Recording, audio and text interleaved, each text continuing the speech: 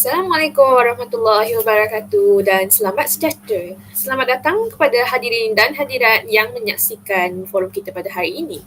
Bertemu kita pada hari ini untuk menyaksikan perbincangan mengenai kesan positif pembentukan kekeluargaan dalam sistem sosial Islam oleh dua ahli panel yang berada bersama saya. Izinkan saya untuk memperkenalkan diorang. Panel pertama kita pada hari ini ialah Nur Alia Suharaya binti Muhammad Hafiz dan juga panel kedua kita ialah Nur Aisyah binti Nazri. Untuk meneruskan forum ini, izinkan saya memberi sedikit pencerahan mengenai topik perbincangan kita pada hari ini. Keluarga merupakan komponen penting dalam proses pembentukan sesebuah masyarakat dan seterusnya negara. Tanpa institusi keluarga, kewujudan negara tidak akan sempurna. Islam memandang keluarga sebagai sebuah institusi yang mencorak masyarakat. Dalam agama Islam, tanggungjawab memimpin keluarga pada asasnya terletak pada kaum lelaki. Walau bagaimanapun, dalam memastikan kejayaan institusi ini, kedua-dua belah pihak atau lebih dikenali sebagai ibu dan bapa perlu bersama-sama berganding bahu untuk memainkan peranan yang sama penting. Sebagai seorang suami, peranan mereka adalah untuk menyediakan keperluan asas seperti makanan, tempat tinggal dan juga pakaian. Bukan itu sahaja, sebagai seorang ayah, beliau juga bertanggungjawab untuk memberi pendidikan yang sewajarnya untuk perkembangan minda dan fizikal anak-anak. Bagi ibu pula, tanggungjawab mereka adalah untuk memastikan kesejahteraan dalam sistem rumah tangga yang perlu diselami dengan perasaan kasih sayang dan hormat menghormati antara satu sama lain. Namun begitu, saban hari, bilangan anak-anak Melayu yang terlibat dalam perkara-perkara yang tidak diingini semakin membimbangkan kita. Hal ini demikian, anak-anak hari ini merupakan bakal pemimpin masa hadapan. Sebagai bangsa Melayu yang sering disinonimkan dengan Islam, kita haruslah sentiasa mengingati bahawa tonggak atau kekuatan bangsa Melayu terletak pada agama Islam itu sendiri. Risalah Islam yang didatangkan melalui putusan Rasulullah SAW merupakan satu garis panduan lengkap untuk menjalani sebuah kehidupan. Baiklah, seterusnya saya akan serahkan kepada panel pertama kita iaitu Nur Alia Suraya untuk membahas tentang isu ini dengan lebih mendalam. Dipersilakan. Terima kasih kepada saudari pengerusi majlis. Hadirin dan hadirat sekalian, kemajuan mungkin boleh ditafsirkan sebagai tujuan tertentu yang hendak dicapai oleh manusia. Selagi pergerakan itu ke arah hadapan dan bukan ke belakang, semakin dekatlah dengan tujuan dan matlamat kemajuan. Begitu juga dengan berhenti memberi peluang pada orang lain untuk mendahului kita, sedangkan kita yang masih berada di tempat yang sama. Secara dasarnya, setiap manusia itu hidup dan bergerak. Maka, gerakan itulah yang menjadi tanda bagi satu kehidupan. Dari sini pula, timbul satu persoalan. Apakah matlamat atau objektif yang perlu dicapai oleh manusia dalam kehidupan mereka agar menempati kemajuan yang disasarkan oleh agama Islam?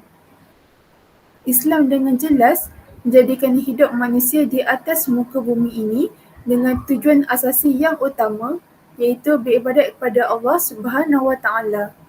Dalam konteks kekeluargaan, tidak kira ibu maupun bapa haruslah memahami akan tujuan asalnya, iaitu untuk melakukan ibadat pada Allah Subhanahu Wa Taala sebagaimana dalam firman Allah dalam surah Al-Zariyat ayat 56 yang berbunyi, Bismillahirrahmanirrahim.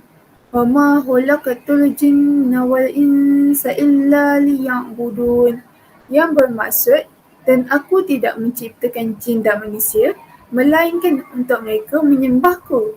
Secara ringkasnya, apa yang dimaksudkan dengan beribadat kepada Allah menurut Ibn Taymiyah adalah ibadat mencakupi setiap perkara yang dicintai dan diredai oleh Allah sama ada percakapan atau perbuatan. Tujuan yang kedua adalah untuk menjadi khalifah Allah bagi tujuan mentadbir dan memakmurkan muka bumi ini. Selain berperanan sebagai hamba Allah, pada masa yang sama juga, manusia merupakan khalifah dan pentadbir di muka bumi ini. Tugas ini hanya dikhususkan pada Nabi Adam dan zuriatnya. Tugas sebagai pentadbir ini pernah diminta oleh para malaikat, tetapi Allah Maha mengetahui segala-galanya. Jadi Allah menyerahkannya pada manusia sebagaimana dalam firman-Nya dalam surah Al-Baqarah ayat 30 sehingga 33 yang bermaksud, dan ingatlah ketika Tuhanmu berfirman pada para malaikat, sesungguhnya aku hendak menjadikan seorang khalifah di muka bumi ini. Mereka berkata, mengapa engkau hendak menjadikan khalifah di muka bumi itu orang yang membuat kerosakan dan menumpahkan darah? Padahal kami sentiasa bertasbih dengan memuji engkau dan mensucikan engkau. Allah berfirman, sesungguhnya aku mengetahui akan apa yang tidak kamu ketahui. Dan dia telah mengajar Nabi Adam nama-nama seluruhnya, kemudian mengemukakannya pada para malaikat. Lalu dia berfirman, sebutkanlah kepadaku nama-nama benda itu jika kamu orang-orang yang benar. Maka malaikat menjawab, Maha suci engkau, tidak ada yang kami ketahui selain dari apa yang telah engkau ajarkan kepada kami. Sesungguhnya, engkaulah yang maha mengetahui lagi maha bijaksana. Allah berfirman, wahai Adam, beritahukanlah kepada mereka nama benda-benda ini. Maka setelah diberitahu kepada mereka nama benda-benda itu, Allah berfirman, bukankah sudah aku katakan kepadamu bahawa sesungguhnya aku mengetahui rahsia langit dan bumi, dan aku mengetahui apa yang kamu zahirkan dan apa yang kamu sembunyikan. Baiklah, berdasarkan bangsa ayat-ayat yang saya berikan tadi, dapatlah difahamkan bahawa Allah telah memberi kepandaian dan pengetahuan kepada Adam dan tidak diberikan kepada malaikat. Dengan kelebihannya yang berupa kepandaian dan pengetahuan inilah manusia mendapat tugas sebagai khalifah. Apakah yang dimaksudkan dengan khalifah Allah di muka bumi ini? Ia bermaksud agar manusia melaksanakan perintahnya dan menegakkan kebenaran dan keadilan di muka bumi ini. Sebagaimana dalam firman Allah pada Nabi Daud yang bermaksud, wahai Daud, sesungguhnya kami telah menjadikan khalifah di muka bumi, maka jalankanlah hukum di antara manusia dengan benar dan janganlah kamu mengikuti hawa nafsu kerana ia akan menyesatkan kamu dari jalan Allah. Seperti yang dipetik dari surah Sad ayat 26. Setiap orang adalah pemimpin dalam lingkungan tertentu. Sebagai contoh, dalam institusi rumah tangga atau institusi keluarga, suami atau bapa merupakan pemimpin tertinggi yang diberikan tanggungjawab oleh Allah untuk mentadbir di samping menegakkan kebenaran dan keadilan dalam batas kekuasaannya. Apa yang dimaksudkan dengan kebenaran adalah apa jua perintah Allah bagi memastikan pengurusan rumah tangga berjalan di atas landasan yang menuju ke arah kebenaran Allah. Justru, sebagai khalifah Allah, seorang bapa dan ibu seharusnya bekerja keras dengan bersungguh-sungguh untuk meningkatkan diri dengan menerapkan kesempurnaan sifat-sifat Rabbaniyah yang tinggi dan menjadikan sifat-sifat terpuji itu sebagai petunjuk yang harus diserap dan diikuti oleh setiap ahli anggota keluarga. Dengan kata lain, tugas hakiki sebagai pentadbir rumah tangga ialah memakmurkan institusi atau dalam konteks yang lebih luas adalah memakmurkan bumi. Firman Allah Subhanahu wa Ta'ala dalam surah Hud ayat 61 yang bermaksud, Dia telah menciptakan kamu dari bumi iaitu tanah dan menjadikan kamu pemakmurnya.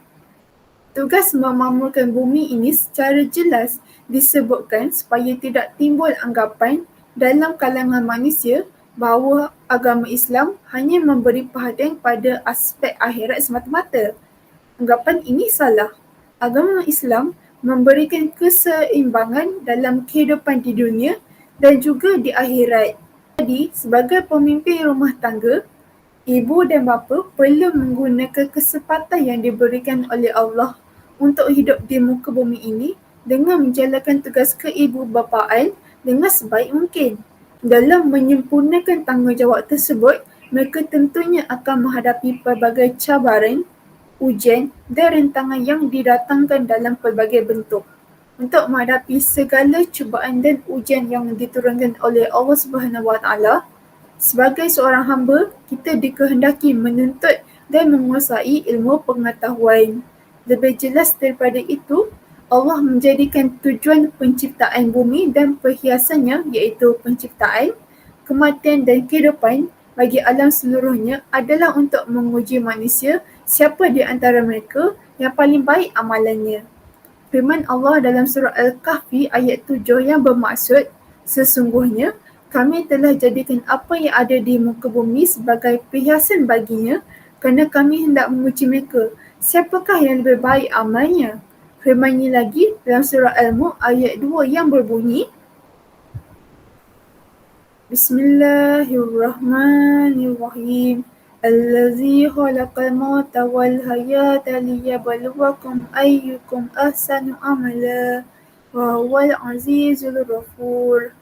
Yang bermaksud, yang menjadikan kematian dan kehidupan untuk menguji kamu, siapakah di antara kamu yang lebih baik amalannya. Berdasarkan dua ayat yang diungkapkan sebentar tadi, dapatlah difahamkan bahawa cubaan dalam kedudukan ini bukanlah bermatlamat menunjukkan siapa yang baik amalannya berbanding dengan yang jahat amalannya. Bahkan, matlamatnya ialah menunjukkan siapa yang melakukan amalan yang lebih baik daripada orang lain, iaitu dengan lebih ideal, lebih mantap dan lebih bagus. Satu persaingan yang berkisar pada yang lebih baik bukanlah pada yang sekadar baik. Justeru dalam dunia hari ini yang terlalu mencabar, kewibawaan diri sebagai seorang Muslim perlulah digunakan dan kita perlu mengambil kesempatan atas apa yang telah dianugerahkan oleh Allah dengan sebaik mungkin untuk menjadi seorang ibu bapa yang berjaya dan bermatlamat penuh, seterusnya dapat menjadi khalifah di atas muka bumi ini. Sekian sahaja daripada saya. Saya serahkan semula pada saudari pengerusi majlis.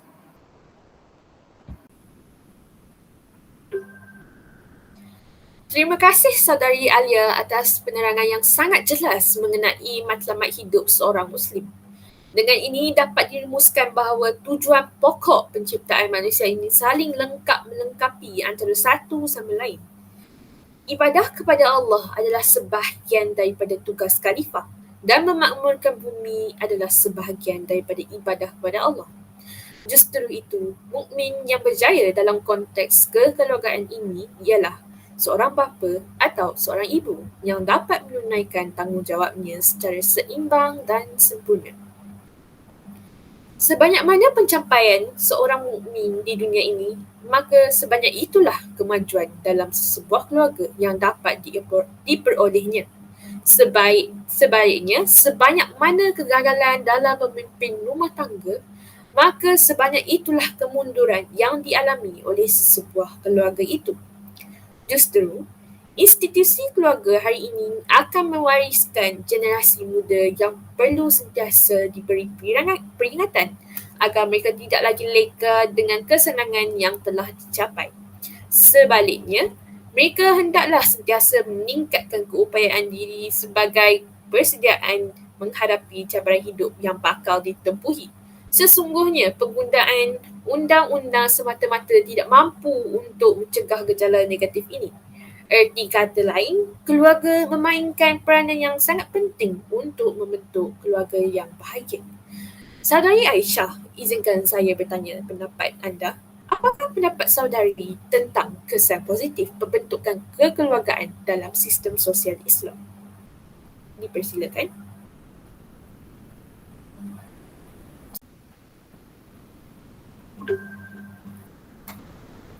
Terima kasih kepada saudari pengerusi majlis atas soalan yang diutarakan. Hadirin dan hadirat yang dirahmati sekalian, pertama sekali saya akan menerangkan terlebih dahulu apa yang dimaksudkan dengan institusi kekeluargaan. Keluarga merupakan institusi yang amat penting dalam membentuk masyarakat Islam.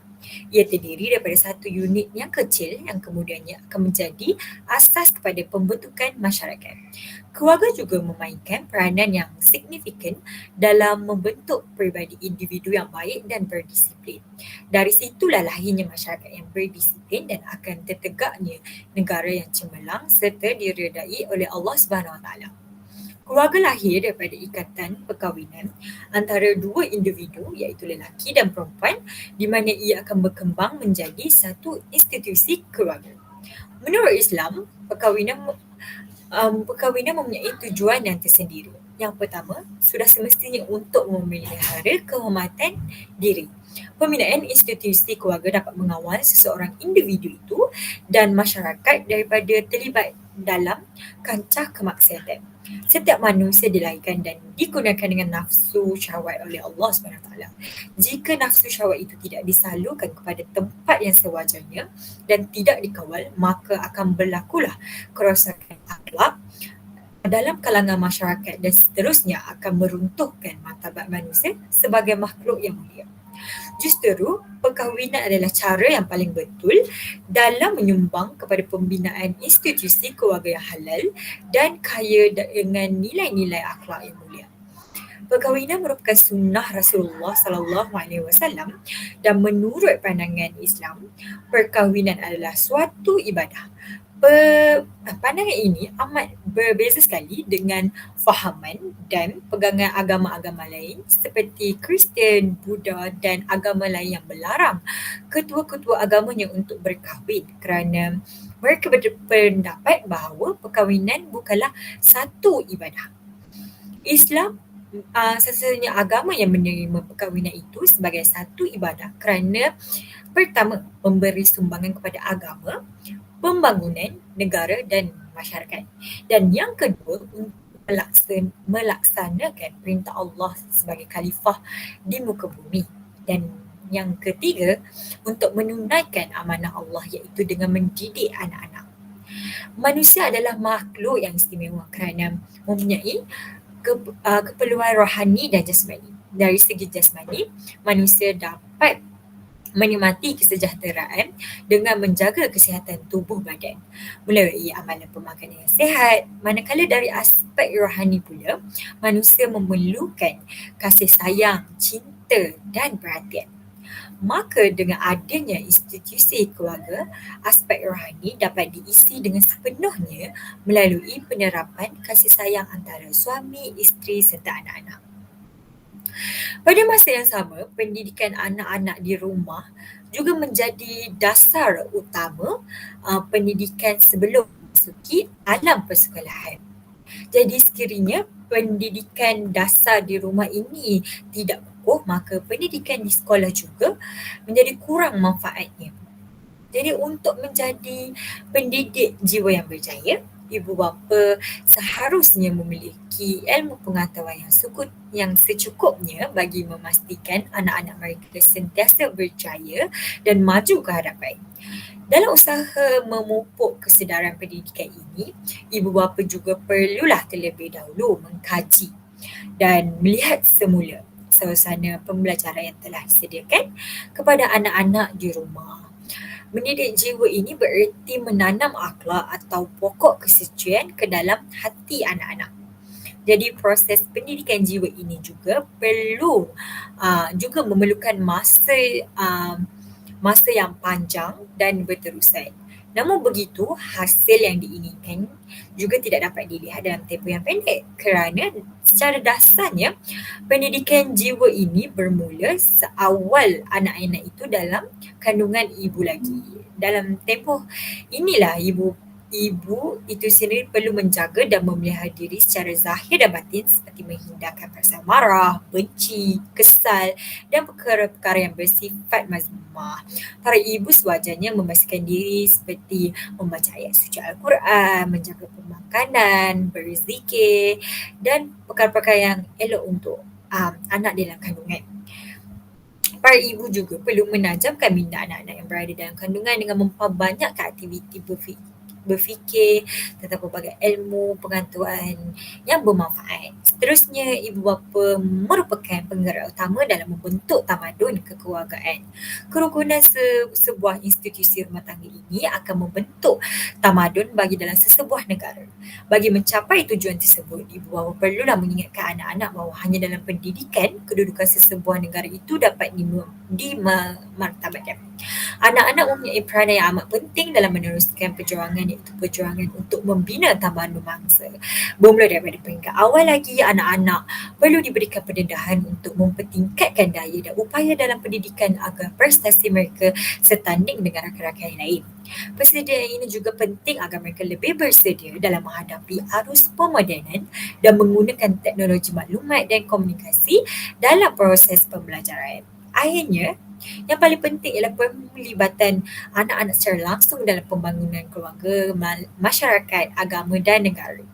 Institusi keluarga juga dapat mewujudkan semangat kekitaan sesama ahli keluarga.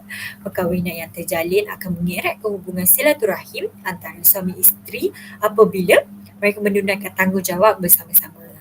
Tambahan pula, seluruh ahli keluarga yang terdiri daripada anak-anak mentua kedua belah pihak akan merasai satu persaudaraan yang ikhlas sebagai satu keluarga yang harmoni. Perasaan kesatuan atas dasar kasih sayang dan pertalian darah akan membentuk perpaduan dalam keluarga itu sendiri. Indahnya Islam yang mewujudkan institusi ini jika dibandingkan dengan institusi negara barat, mereka menentang habis-habisan institusi kekeluargaan dengan alasan hak asasi manusia dan kebebasan individu. Isteri bebas melakukan apa sahaja. Begitu juga dengan anak-anak mereka yang hidup dalam dunia mereka sendiri tanpa pantauan ibu bapa.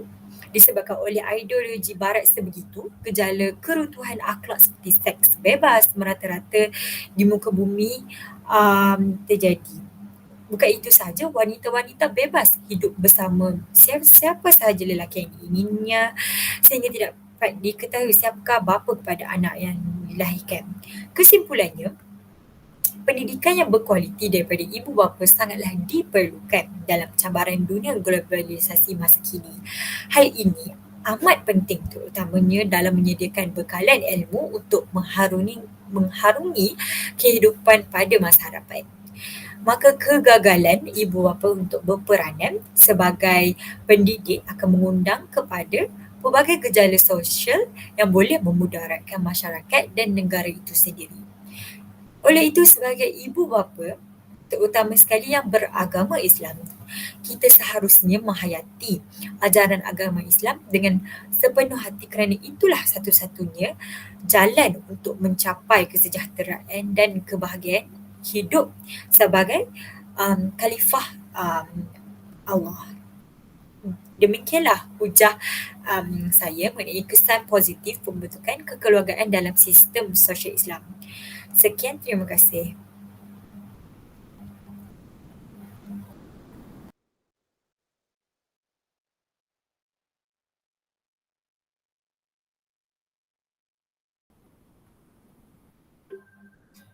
Terima kasih saya ucapkan kepada saudari Aisyah di atas perkongsian yang sangat bermakna itu tadi.